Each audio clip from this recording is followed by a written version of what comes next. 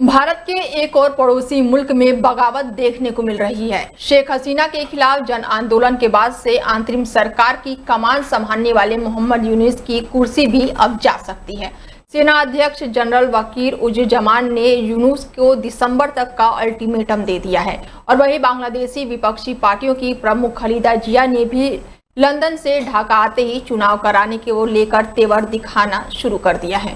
चौतरफा गिरे यूनुस ने अपने पद से इस्तीफे की पेशकश कर दी है और इसी बीच भयंकर महंगाई, बेरोजगारी और आर्थिक चुनौतियों का सामना कर रहे यूनुस खुद पद छोड़ सकते हैं। यूनुस का कहना है कि अगर उनकी विपक्षी दलों का समर्थन नहीं मिलता है तो वो पद से त्यागपत्र दे देंगे। बांग्लादेश में अंतरिम सरकार के मुख्य सलाहकार यूनुस और आर्मी चीफ जनरल के बीच तनाव अब चरम पर पहुंच गया है।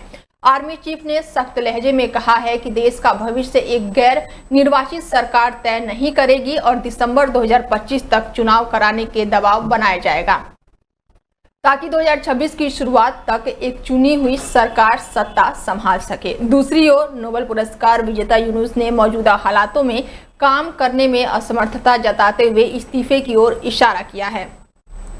उनका कहना है कि मैं ऐसी स्थिति में काम नहीं कर सकता जहां मुझे बंधक बनाया जा रहा है। सभी राजनीतिक दलों को एकजुट होकर कोई रास्ता निकालना चाहिए। उनके इस बयान के बाद से इस्तीफे की अटकलें और भी तेज हो गई है। बता दें कि बांग्लादेश में पिछले साल 5 अगस्त 2024 को शेख हसीना सरकार के खिलाफ बड़े पैमाने पर विरोध प्रदर्शन हुआ था। हिंसा होते हुए प्रदर्शन के बीच शेख हसीना देश छोड़कर भारत पहुंच गई थी, जबकि उपद्रव आगजनी के बीच यूनुस को अंतरिम पीएम बनना पड़ा था। जानकारी के मुताबिक यूनुस का कहना है कि मौजूदा राजनीतिक माहौल और विरोध प्रदर्शनों के कारण वो काम नहीं कर पा रहे हैं, उन्हें बंधक बना लिया गया है। अगर सभी राजनीतिक दल साथ नहीं आते हैं तो वो पद छोड़ने को मजबूर होंगे। যুদ্ধ প্রস্তুতি অনেক সময় যুদ্ধের দিকে নিয়ে যায়, কাজে যুদ্ধ প্রস্তুতি সম্বন্ধেও একটা ঘোরতর আপত্তি। কিন্তু এমন বিশ্বে আমরা বাস করি যুদ্ধ প্রস্তুতি অনেক সময় যুদ্ধের দিকে নিয়ে যায়, কাজে যুদ্ধ প্রস্তুতি সম্বন্ধেও একটা ঘোরতর আপত্তি।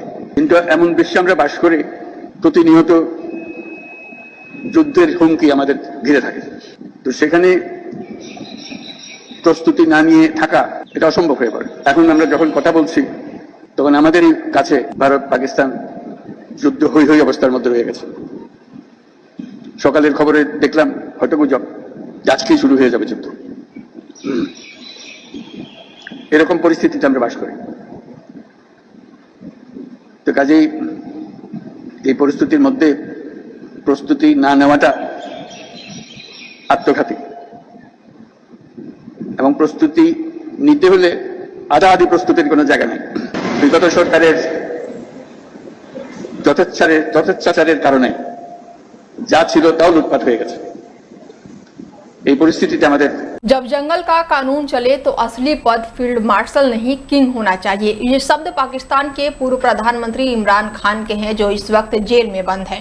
22 मई को इमरान खान ने एक्स पर एक विस्फोटक बयान जारी किया है और उनका हमला सीधा पाकिस्तान के आर्मी चीफ जनरल असीम मुनीर पर है। उन्होंने हाल ही में फील्ड मार्शल की पदवी दी गई है। इमरान ने लिखा है कि जनरल साहब को फील्ड मार्शल नहीं सीधे किंग यानी कि राजा घोषित कर देना चाहिए था, क्योंकि वो इस वक्त देश में जंगल का कानून चला रहे हैं और जंगल में एक ही राजा होता है। पाकिस्तान को 7 और 10 मई के बीच भारतीय सेना और वायुसेना ने बुरी तरह पीटा था और इसका आतंकी ठिकानों और फिर कई अहम एयरबेस को निशाना बनाया और इसके बावजूद भी पाकिस्तान गाल बजाने से बाज नहीं आ रहा है। अपने यहाँ ढोल पीट रहा है कि हम जीत गए हैं, हमने भारतीयों को खूब मारा है। जनरल असीम मुनीर को पाकिस्तान में फील्ड मार्शल का दर्जा भी इसी सेलिब्रेशन का हिस्सा है। इमरान खान इस फैसले को लोकतंत्र पर सीधा हमला मानते हैं। इमरान खान ने यह भी कहा है कि उनके और सेना के बीच किसी तरह की डील की अफवाह पूरी तरह से झूठ है। उन्होंने कहा है कि ना कोई डील हुई है, ना ही कोई बातचीत चल रही है। अगर सेना को वाकई पाकिस्तान की चिंता है तो सामने आकर बात करें। उन्होंने कहा कि देश में बढ़ते बाहरी खतरे, आतंकवाद और आर्थिक तबाही की ओर इशारा करते हुए एकता की बात की जाए। इमरान खान ने मौजूदा शहबाज सरकार को भी नहीं बख्शा है। उन्होंने कहा है कि आज पाकिस्तान में कानून सिर्फ कमजोरों पर लागू है। आरोप लगाया गया है कि जरदारी की बहन के खिलाफ NAB के केस दर्ज किए गए हैं, लेकिन वो विदेश में है, कोई पूछने वाला नहीं है। शहबाज शरीफ पर 22 अरब रुपए का मनी लॉन्ड्रिंग का मामला था, लेकिन वो प्रधानमंत्री बन बैठे हैं। ये लोकतंत्र की हत्या है। इमरान ने अपनी जेल के हालातों का भी खुलासा किया है। उन्होंने कहा है कि मुझे महीनों से बच्चों से मिलने नहीं दिया गया है, मेरी किताबें तक मुझसे छीन ली गई है, डॉक्टर से मिलने नहीं दिया जा रहा है, यहाँ तक कि कोर्ट की कार्रवाई भी एक कर्नल के इशारों पर चल रही है। ये कानून नहीं है, ये तानाशाही है। भारत में कोविड-19 के मामले में एक बार फिर से वृद्धि देखी जा रही है। महाराष्ट्र, तमिलनाडु, कर्नाटक और गुजरात जैसे राज्यों में कोरोना के मामले तेजी से बढ़ रहे हैं और इसी स्थिति को देखते हुए स्वास्थ्य विभाग ने निगरानी और एहतियात उपायों का तेज कर दिया है। अभी तक किसी मरीज की मौत की पुष्टि नहीं हुई है, लेकिन मुंबई, चेन्नई और अहमदाबाद जैसे शहरों में संक्रमण के मामलों में बढ़ोतरी दर्ज की गई है। देश के कुछ राज्यों में कोरोना के मामलों में धीरे धीरे बढ़ोतरी देखी जा रही है और इसी बीच आंध्र प्रदेश सरकार ने पुष्टि की है कि प्रदेश में कोरोना के कोई भी एक्टिव मरीज नहीं है, जबकि पड़ोसी राज्यों में मामले फिर से बढ़ रहे हैं। स्वास्थ्य, चिकित्सा और परिवार कल्याण विभाग ने एहतियातन सार्वजनिक परिवहन और शॉपिंग मॉल, सिनेमा, पूजा स्थल और बाजारों जैसी भीड़भाड़ वाली जगहों पर मास्क पहनना अनिवार्य कर दिया है। इसके साथ ही नागरिकों के लिए एडवाइजरी भी जारी की गई है। स्वास्थ्य विभाग ने नागरिकों से सतर्क रहने का आग्रह किया है। सामान्य लक्षणों जैसे कि बुखार, खांसी, जुकाम और गले में खराश होने वाले व्यक्तियों को डॉक्टर से संपर्क करने की सलाह दी गई है। एडवाइजरी में कहा गया है कि प्रभावित क्षेत्रों से आने वाले यात्रियों को सलाह दी जाती है कि वो जांच करवाएं और लक्षण दिखने पर कम से कम 1 सप्ताह के लिए खुद को अलग रखें। स्वास्थ्य विभाग की तरफ से गर्भवती महिलाएं, 5 साल के कम उम्र के बच्चों, वरिष्ठ नागरिकों और पुरानी बीमारियों से पीड़ित व्यक्तियों के लिए एक विशेष सलाह जारी किया गया है। उन्हें यात्रा समिति करने की सख्त स्वच्छता और साथ ही प्रथाओं को पालन करने के लिए प्रोत्साहित किया गया है। ओडिशा में करीब 2.5 साल के अंतराल के बाद से कोविड-19 का एक और नया मामला अब सामने आया है। फिलहाल मरीज की हालत स्थिर है और एक वरिष्ठ स्वास्थ्य अधिकारी ने गुरुवार को ये बड़ी जानकारी दी। स्वास्थ्य एवं परिवार कल्याण सचिव ने बताया है कि मरीजों की हालत फिलहाल स्थिर है, लेकिन चिंता की बात यह है कि संक्रमण व्यक्ति का कोई अन्य बीमारियों से भी नाता हो सकता है। फिलहाल बचाव करना जरूरी है। AIMIM के प्रमुख असदुद्दीन ओवैसी ने वक्फ संशोधन अधिनियम के खिलाफ तीखा हमला बोला है। All India Muslim personal law board द्वारा आयोजित महिलाओं के विरोध प्रदर्शन में शामिल ओवैसी ने कहा है कि वक्फ संशोधन अधिनियम की आड़ में मुसलमानों की जमीन छीनने की साजिश हो रही है। ओवैसी ने कहा है कि RSS के पास एक लिस्ट है जिसके तहत कलेक्ट्रेट को दी जाती है और कलेक्ट्रेट बस इंक्वायरी लिखता है, हमारी जमीन चली जाएगी। असदुद्दीन ओवैसी ने लगातार वक्फ संशोधन अधिनियम का विरोध कर रहे हैं और केंद्र सरकार पर सीधा निशाना साध रहे हैं। ओवैसी केंद्र सरकार पर निशाना साधते हुए कहा गया है कि ये काला कानून हमारी मस्जिदों, दरगाहों और इमामबाड़ों को छीनने के लिए बनाया गया है। अगर कोई मुसलमान आदिवासी होता तो वो अपनी जायदाद को वक्फ नहीं कर सकता।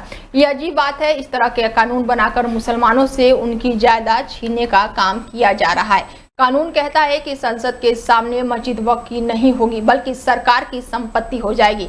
आखिर बीजेपी ने इस तरह का कानून क्यों बनाया है? ह्यूमन चेन का मेरी आप तमाम से गुजारिश है कि आप लोग उसमें शिरकत करिए और जहां कहीं भी अगर आप जो रास्ता तय किया जाएगा कि किस जगह पर खड़े होकर हमको उस एहतजाज को कामयाब करना है, अगर आप उसमें शिरकत कर सकें तो बहुत अच्छा है। अगर ये नहीं हो सकता है तो कम से कम आप अपने घर के सामने अपने अफराद ख़ानदान के साथ, अपने वालिद, अपने शौहर को, अपनी बच्चों को लेकर आप अपने घर के सामने खड़े हो जाइए हाथ बांधकर, ताकि हम दिल्ली की हुकूमत को पैगाम दे सकें कि हम ये कानून को नहीं मानते। ये काला कानून है जो भारत की आइन के ख़िलाफ़ है, जो भारत के आइन के फंडामेंटल राइट्स के ख़िलाफ़ है। हम अपने वक्फ बोर्ड में किसी भी किस्म की मदाखलत को कबूल इसलिए नहीं करते क्योंकि हिंदुस्तान के आइन और दफ़ा 26 के तहत हर रिलीजियस डिनोमिनेशन को इख्तियार हासिल है कि वो अपने पसंद के इदारे, चैरिटेबल रिलीजियस ऑर्गेनाइजेशंस को चला सकें। वक्फ बोर्ड एक खालिस एक मजहबी इदारा है। हार्वर्ड यूनिवर्सिटी दुनिया भर के स्टूडेंटों के बीच काफी लोकप्रिय है। यूएस वर्ल्ड यूनिवर्सिटी रैंकिंग 2025 में इसे 4थे नंबर पर रखा गया है, लेकिन अमेरिका के राष्ट्रपति डोनाल्ड ट्रंप इस यूनिवर्सिटी के पीछे पड़ गए हैं। इसके साथ ही उनका यूनिवर्सिटी के बीच तनाव चल रहा है और ये तनाव काफी बढ़ गया है। तनाव के कारण अब स्टूडेंट यहाँ पर एडमिशन नहीं ले पाएंगे। दरअसल ट्रंप सरकार ने विदेशी स्टूडेंट के लिए यूनिवर्सिटी में एडमिशन पर रोक लगा दी है। भारत समेत कई देशों के स्टूडेंट हर साल हार्वर्ड यूनिवर्सिटी में एडमिशन के लिए आवेदन करते हैं। आंतरिक सुरक्षा विभाग के सचिव ने यूनिवर्सिटी को एक पत्र भेजा है। इसके साथ ही बताया गया है कि नवंबर में पत्र में लिखा गया है कि मैं आपको सूचित करना चाहती हूं कि विश्वविद्यालय के स्टूडेंट और शैक्षणिक आदान प्रदान के एडमिशन कार्यक्रम का सर्टिफिकेशन तत्काल प्रभाव से रद्द कर दिया गया है। ट्रंप सरकार के इस फैसले का असर उन तमाम भारतीयों पर पड़ेगा जो वहां पढ़ाई कर रहे हैं या इस सत्र में यूनिवर्सिटी में एडमिशन लेने वाले थे। इसके साथ ही ऑफिशियल रिकॉर्ड के मुताबिक हर साल 500 से 800 भारतीय स्टूडेंट यहां एडमिशन लेते हैं। दुनिया भर से करीब 6000 से ज़्यादा छात्र यहां पर पढ़ाई करते हैं और इस साल 700 भारतीय स्टूडेंट ने यूनिवर्सिटी में एडमिशन लिया था। डोनाल्ड ट्रंप सरकार के इस फैसले के बाद से इन स्टूडेंटों की परेशानियां और भी बढ़ने वाली हैं। इसके साथ ही विदेशी स्टूडेंट पर डोनाल्ड ट्रंप और यूनिवर्सिटी के बीच चल रहे तनाव का गहरा असर पड़ने वाला है और इस फैसले के बाद से यूनिवर्सिटी में पढ़ाई कर रहे विदेशी स्टूडेंटों को अब स्पष्ट तौर पर 2 ऑप्शन दिए गए हैं। उनसे कहा गया है कि वो चाहें तो किसी अन्य संस्था में एडमिशन लेकर पढ़ाई पूरी कर लें और फिर अमेरिका में अपना लीगल स्टेटस गंवा दें। इसके साथ ही भारतीय स्टूडेंट के पास अमेरिका की दूसरे संस्था में एडमिशन का विकल्प रहेगा।